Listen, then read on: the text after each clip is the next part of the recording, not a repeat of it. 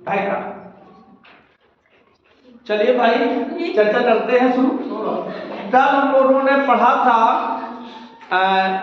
उपमा अलंकार और उपमा अलंकार के पढ़े थे 3 भेद, 4 भेद पढ़े थे। मालोपमा, उपयोगमा, पूर्णोपमा और लुप्त। आज हम लोग चर्चा करेंगे रूपक अलंकार।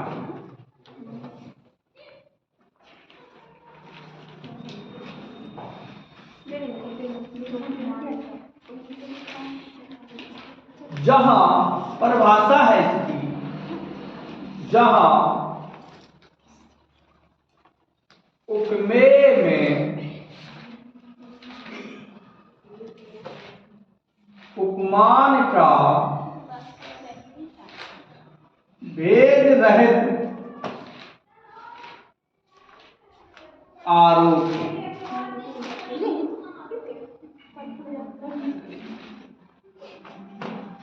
अर्थात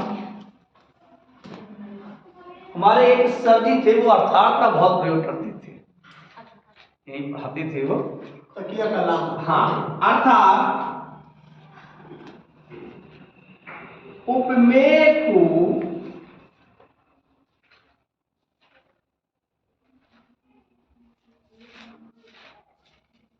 उपमान बना दिया जाए या मान लिया जाए कि उपमेय ही उपमान है, तो वहां पर रूपक अलंकार होता है।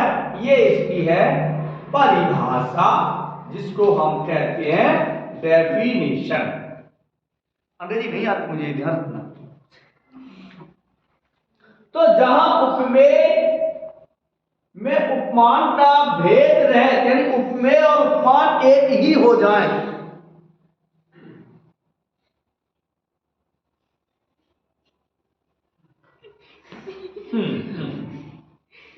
जहां ये चीज हो सुनिए, एक बहुत छोटी सी चीज बताते हैं, मेहनत कीजिए, जहां पे जिस बैठिए उस देर के लिए उसमें ही एकाग्र हो जाइए। जो काम करो उसमें ही 10 मिनट के लिए करो, एकाग्र होकर कीजिए। और जहां एकाग्रता है वहां सफलता है। चलो, तो जहां उपमेय में उपमान का भेद रहित आरोप हो, अर्थात उपमेय को उपमान बना दिया जाए, उपमेय और उपमान एक हो जाए। उपमेय और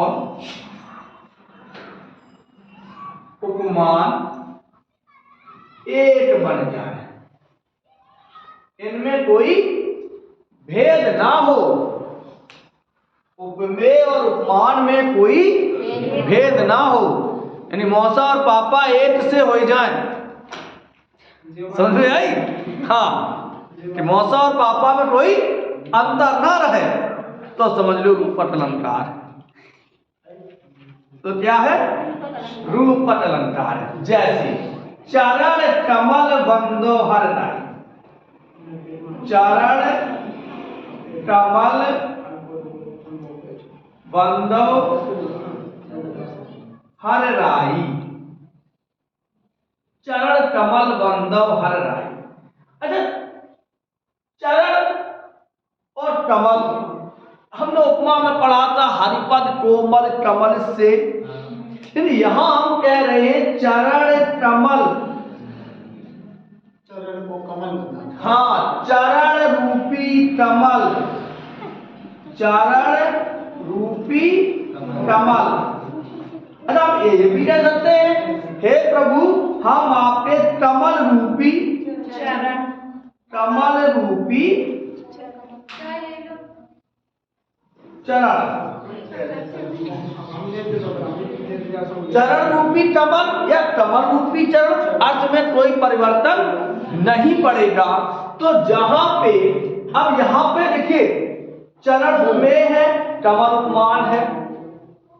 धन्यवाद। चरण उपमेय है, और कमल उपमान है। कमल उपमान है और चरण उपमेय है, लेकिन दोनों उपमेय और उपमान एक हैं। देखिए कैसे, चरण रूपी कमल या कमल रूपी चरण, तो इसे हम कहते हैं रूपक अलंकार। समझ में? समय सिंधु चंचल भारी, सागर रूपी समय रूपी सागर या सागर रूपी समय बड़ा ही चंचल होता है। तो जहां उपमेय में उपमान का भेद रहित आरोप हो उसे हम क्या कहेंगे? रूपक। अब चलते हैं रूपक के भेद परिभाषा में। सांची कहूं तोरे आवन से हमने,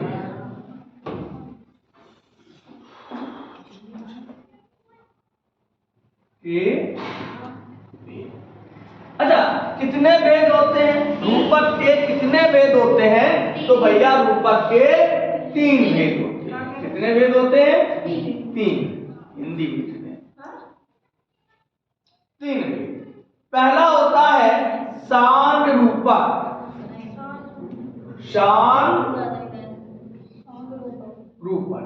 अच्छा शांत का मतलब क्या होता है? शांत में कौन सा समास है? शांत में कौन सी संधि है? शांत में कौन सी संधि है? तो देखिए साधन अंग, आ और आ मिलके बड़ा आ, क्या हो गया? दीर्घ संधि। अंगों सहित जहां किसी उपमेय का उपमान में भेद रहित आरोप तो हो, लेकिन उसके अंगों का भी वर्णन हो। लिखे दे रहे हैं। अच्छा एक एक लिखे थी, इकट्ठे सब बता दे। पहले एक एक बता दे, एक एक में सही रहता है। चलो शांत,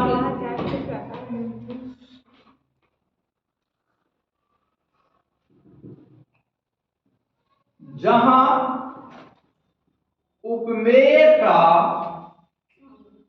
उपमान में उसके अंगों सहित आरोप किया है। हो सकता है कि हमारी परिभाषा थोड़े वहां से भिन्न हो, लेकिन परिभाषा बिल्कुल सही हो। चलो चाय पियोगे? कोई चाय कुछ नहीं रखता है, भावनाओं को समझिए। शादी की बात अलग है, ये भावनाएं नहीं समझा, केवल चाय समझा। जहां चाय वही चाय। तो जहां उपमेय का उपमान में अंगों सहित वर्णन किया जाए, अंगों सहित वर्णन किया जाए, उसे हम शांत रूपक कहते हैं। उसे क्या कहते हैं? शांत रूपक। उदाहरण देख लेते हैं इसके। उदित उदय गिरी मंच पर रघुबर बाल पतन, विकसे संत सरोज सब, विकसे संत सरोज सब क्या है? हर से लोचन ब्रह्म, हर से लोचन ब्रह्म। ये तुलसीदास का कथन है। किसका कथन है? तुलसीदास का। राम यह पतंग किसका पर्यायवाची है? पंछी पतंग नहीं होता है, होता है, लेकिन पतंग यहां नहीं है। सूर्य, बिल्कुल सही। पतंग का मतलब सूर्य। अच्छा आज सुबह किसने सूर्य देखा? जब सूर्य उदय हुआ था तो आपने देखा होगा बिल्कुल लालामी लिए हुए, कोई प्रकाश नहीं था, बिल्कुल एकदम।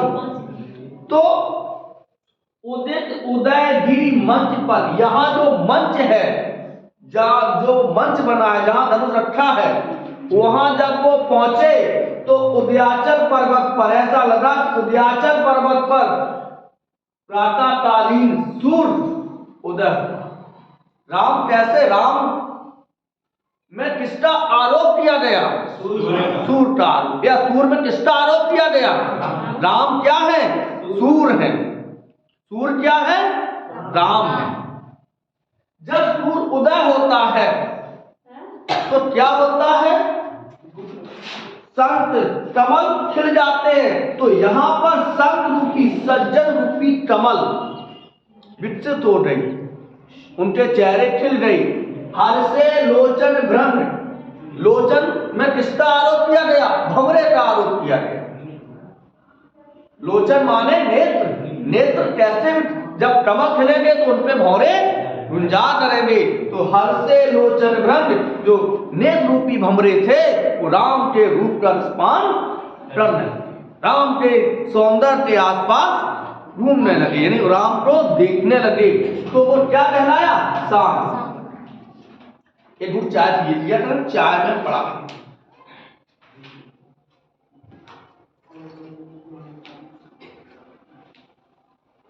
चलो आगे देखते हैं।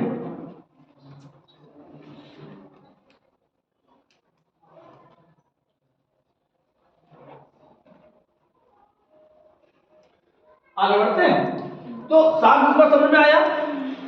एक और उदाहरण देख लें। बीती विभावरी जागरी। बीती विभावरी जागरी, अंबर पंडट में डुबो रही, तारा डट उषा ना मिली। रात बीत चुकी है। हालांकि यह अलंकार मानवीय अलंकार है। कौन सा है? और अधिकतर मानवीय अलंकार में रूपक होता है, अधिकतर होता है। तो हम बता रहे बीती विभावरी जागरी, रात बीत चुकी है, सुबह होने वाली है। अच्छा, जब सुबह होती है तो क्या होता है? आकाश में इतना दुखता तारे दिखाई देते हैं। बीती विभावरी जागरी, अंबर पनघट, आकाश रूपी पनघट में तारा रूपी घड़े को उषा माने प्रातःकालीन सुबह, उषा रूपी स्त्री डुबो रही है, यानी तारे अस्ताचल की ओर जा रहे हैं। तो वो भी शांत रूप होता है। जहां किसी उपमेय को जब उपमान में आरोपित किया जाए, उसके साथ साथ उसके अंगों का भी वर्णन होता है, तो उसे हम शांत रूप कहते हैं। अब चलते हैं निरंग रूप।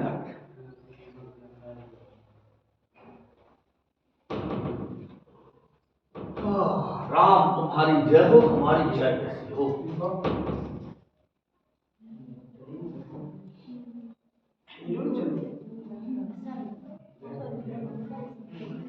निरंग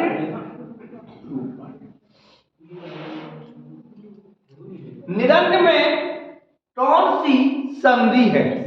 विसर्ग संधि है। निधन अन,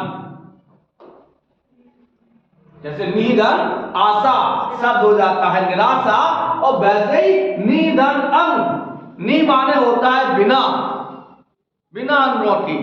जहां उपमेय में, जहां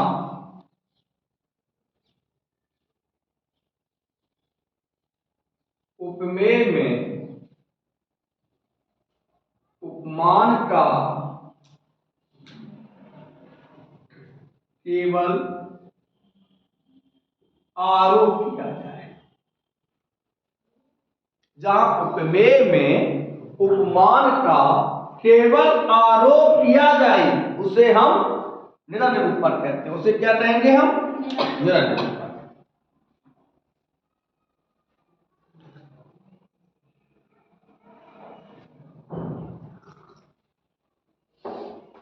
चलो, अब निरंग में क्या होता है? उसमें किसी के अंगों का वर्णन नहीं होता है। जैसे समय, सिंधु, चंचल, भारी, समय रूपी सागर या सागर रूपी समय बड़ा ही चंचल होता है। कौन सा अलंकार हो गया? चरण कमल मधु मंद तिहारी। चरण कमल मंजू मन तिहारी। आपके चरण रूपी कमल बड़े ही मनोहर हैं, या चरण कमल बंदो हर राय। चरण कमल बंदो हर राय। कैसा है? निरंजन रूपर। कैसा है? निरंजन रूपर। जहां अन्नों का वर्णन ना हो, केवल आरोप हो। क्या हो? केवल आरोप हो। आगे लिख लेते हैं उदाहरण और।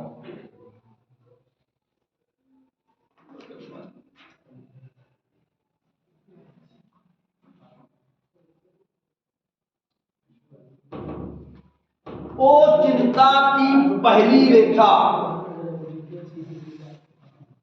ओ चिंता की पहली रेखा। अरे विश्व बंग की ब्याली। ओ चिंता की पहली रेखा। चिंता की पहली रेखा कौन होती है? हम लोग जब चिंता लिखते हैं, नहीं इन्वर्टर चल रहा है, नहीं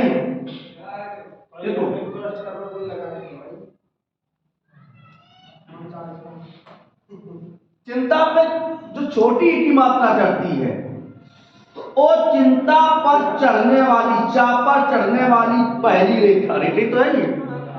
अब इसका आकार कैसा है? सर्प जैसा। तू संसार रूपी वन की नागिन है। वो क्या है? संसार रूपी वन की नागिन। ऐसा कोई सा व्यक्ति है जिसे चिंता नहीं? बताओ,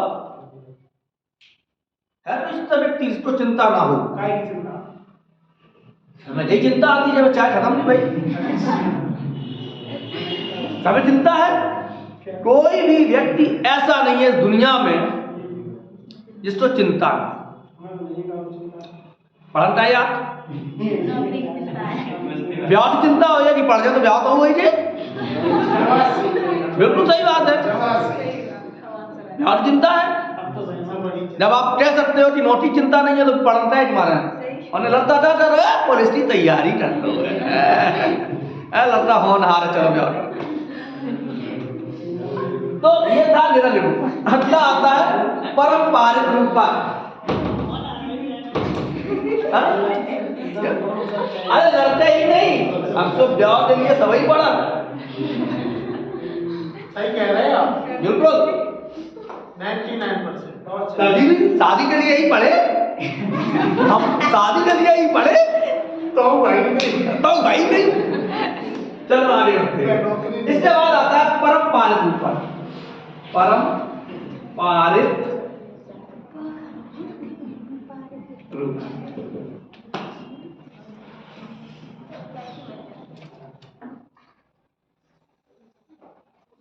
बच्चा यही सुने। चलो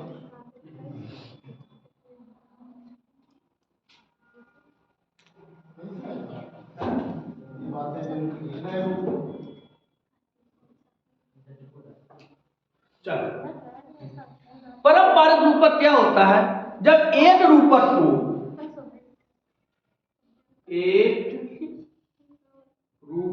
को दूसरे रूपक द्वारा सिद्ध किया जाए।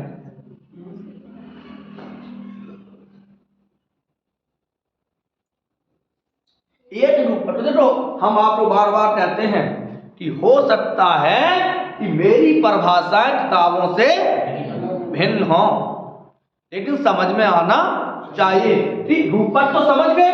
अब एक रूपक को दूसरे रूपक द्वारा सिद्ध किया, यानी एक रूपक का दूसरे रूपक में आरोप किया जाए।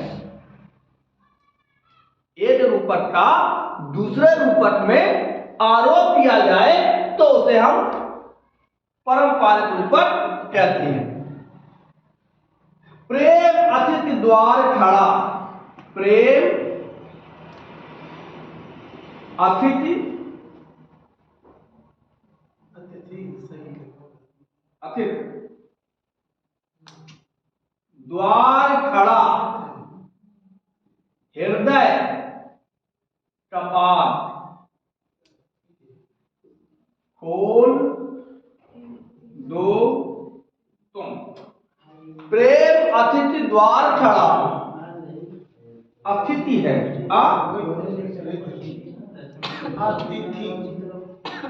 पहले सही लिखा था, हिंदी टर्म आती है। प्रेम अतिथि द्वार खड़ा, हृदय कपाट खोल दो तुम। यह बताओ कौन से दो रूपक है? एक तो प्रेम और हृदय कपाट। कपाट किसका पर्यायवाची है? किवाड़ का, दरवाजे का। प्रेम रूपी अतिथि आपके हृदय के दरवाजे, हृदय पर खड़ा है, आपके पास आया, हृदय रूपी कपाट, यानी अपने हृदय में उसको स्थान दीजिए। प्रेम अतिथि, तो एक रूपक को हम दूसरे रूपक से सिद्ध किया। एक रूपक को प्रेम रूपी अतिथि एक रूपक, हृदय रूपी कपाट दो रूपक, यानी इस रूपक को हमने किसके द्वारा सिद्ध किया? हृदय कपाट। तो एक रूपक का आरोप जब दूसरे रूपक पर पड़ता है तो उसे हम परम पालित रूपक कहते हैं। ओ भैया पढ़ लो थोड़े से। नहीं शायद व्यास चर्चा चल रही हो, देख लो कहूँ होए कर दो। वो गीत आया करेगा हृदय पे कुछ दिनों के बाद, जला दिखला जा। अब पूरा ना सुनो भाई, ब्याह विवाह नहीं कर रहे थे। अच्छा ब्याह विवाह नहीं कर रही थी, चलो मुझे तो ये लगा। काल कीट जीवन प्रसून, काल कीट जीवन प्रसून को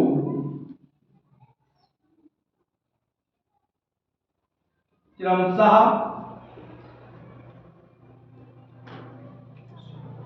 कर्तन करता। काल कीट जीवन प्रसून को क्रमशः कर्तन करता। अच्छा, प्रसून किसका पर्यायवाची है? फूल का। और कीड़े का, कीड़ा फूल को काटता है, लेकिन यहां पे काल होता है समय। काल क्या होता है? समय रूपी कीड़ा जीवन रूपी फूल को निरंतर क्रमशः रोज रोज काटता है। आज तो दिन आए हैं? नहीं आए। एक दिन अपने जीवन में कम हो, समय कम हुआ। और देखो हमारे यहाँ कितनी बड़ी, हम लोग एकदम पाश्चात्य संस्कृति तो ऐसे दौड़ रहे हैं। आज हम एक वीडियो देख रहे थे, पूर्णतापन की हद हो गई। एक जयमाला कार्यक्रम चल रहा था, दूल्हे ने डिमांड कर दी किसकी? ये पहले किस, इसके बाद हम आपको माला डालेंगे। अब देखो हमारा समाज जा कहां रहा है, समाज कहां जा रहा है? पूर्णता की हद है। हम इस तरीके से अंधे हो गए कि सामाजिक भय नहीं रहा, चल रहे आधुनिकता। फिर घर पे ये सोचा जाता है कि ये हमारी बहू आए हमारे सम्मान दे। क्यों सम्मान दे? तुम उस काबिल ही नहीं रहते हो, उस काबिल तो बनो। अधिकतर घरों में यही है, ताकि बात सारी अदालती चट्टा काटा। हाँ, गाड़ी नहीं काटी। एक आज हमने एक वीडियो, एक बंदे ने स्टेटस लगाया, देखा तो उसने छोटों पे खुद दूल्हे ने जयमाला डाली और नाच रहा है, ढोलक बज ताली बजाती हो। अरे क्या है भाई? तो काल की अपने जीवन समय को, और समय बड़ा परिवर्तन है। अगर समय को आपको पढ़ना है तो एक परिवर्तन टपकता है सुमित्रानंदन पंत की, जरूर पढ़ना उसको। अभी जिसकी हमने आपको उदाहरण दी थी, वो चिंता की पहली रेखा रे सुवन की ब्याली, वो परिवर्तन है। तो काल की जीवन प्रसून को, यानी एक रूपक दूसरे रूपक को जब सिद्ध करता है, दूसरे रूपक पर आरोप किया जाता है, तो उसे हम परंपरागत रूपक कहते हैं। इसके अलावा भी एक रूपक का और भेद होता है, एक रूपक का और भेद होता है, थोड़ा उस पर भी चर्चा हो जाए। उसे कहते हैं हम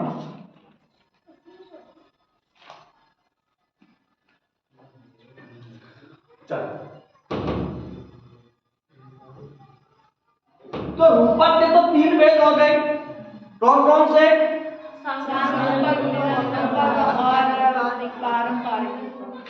सानिरूपक, निरनिरूपक और परंपरागत। इसके अलावा भी 2 भेद होते हैं। नहीं, हाँ निरनिरूपक के मान लीजिए, नहीं वो ऐसे मान लीजिए, हालांकि आपसे निरनिरूपक के हैं, लेकिन हम उन्हें स्वतंत्र आपको पढ़ाई दे रहे हैं। पहला है अभेद रूपक। अभेद, जहां कोई भेद ना हो, जैसे अभी हमने आपको पढ़ाया है सुनिरन, और वो अलग होता है, ये अलग है।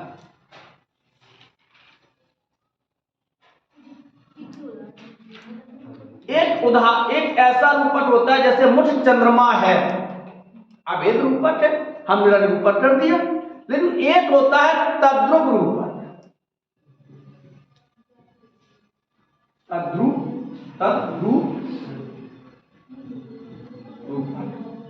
तद्रुप ऐसा है, हाँ ऐसे करें, तद्रुप रूपक।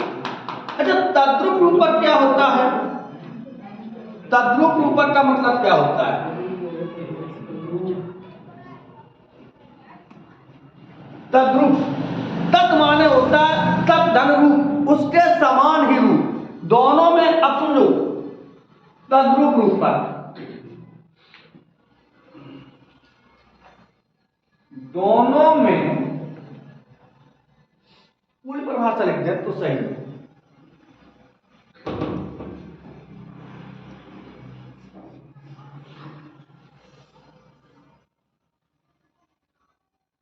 जब उपमेय को उपमान में उपमान का रूप दिया जाए, किंतु दोनों में कुछ भेद रखा जाए, दोनों में कुछ भेद रखा जाए। हालांकि ये सब रूपक आएंगे, ये सब जितने भी उदाहरण दे रही हैं स्वतंत्र में सब रूपक होंगे। ये बहुत गहराई की बात है, आपको जानकारी के लिए बताई दे रहा हूं कि क्योंकि हो सकता है कि कभी कभी उदाहरण ऐसा दे दिया जाता है कि पूछ दिया जाए कौन सा अलंकार, अब पढ़ा ही नहीं हमने कभी।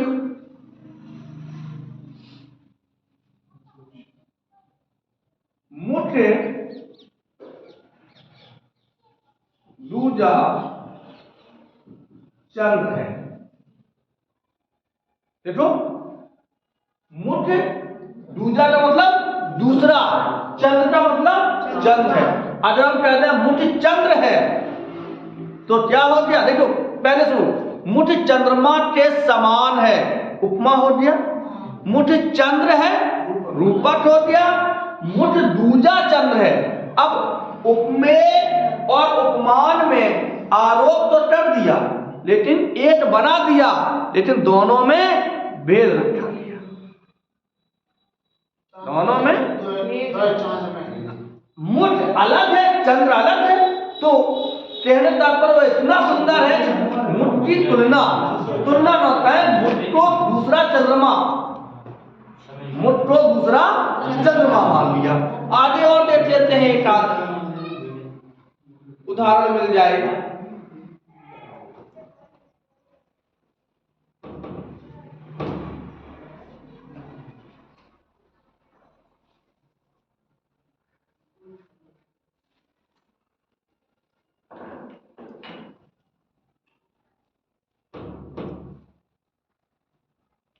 अवधपुरी अमरावत दूजी, अवधपुरी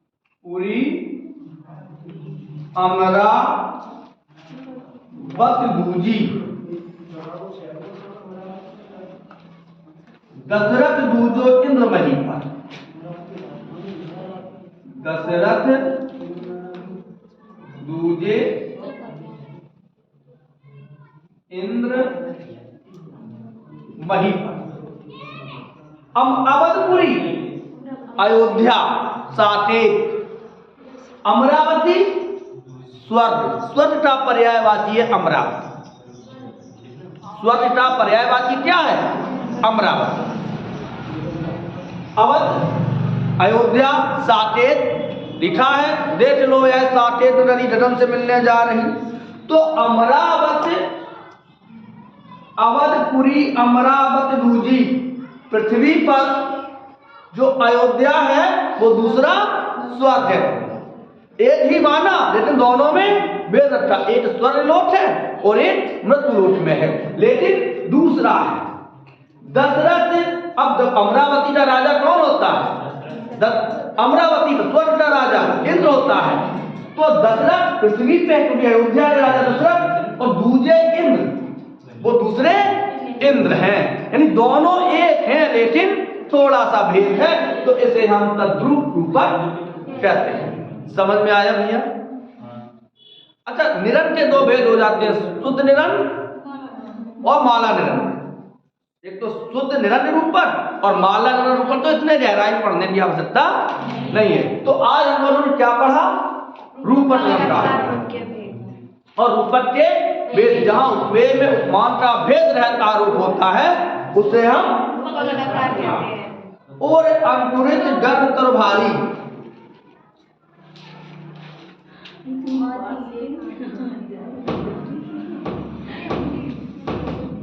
मयंक है श्याम बिना कलंक का,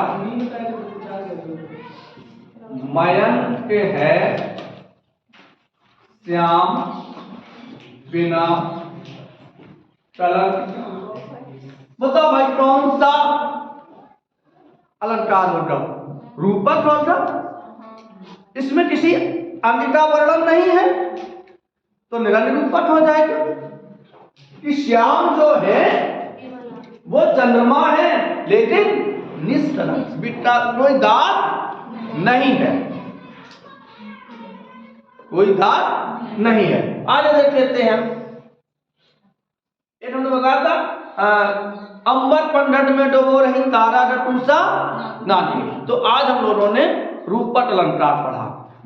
हो सकता है कि एक आध दिन में अगला जो क्लास होंगे वो हम लाइव क्लास लेंगे, इतने समय पे लाइव, सही रहेगा? तब तक के लिए प्रेम से बोलो राधे राधे। राधे राधे।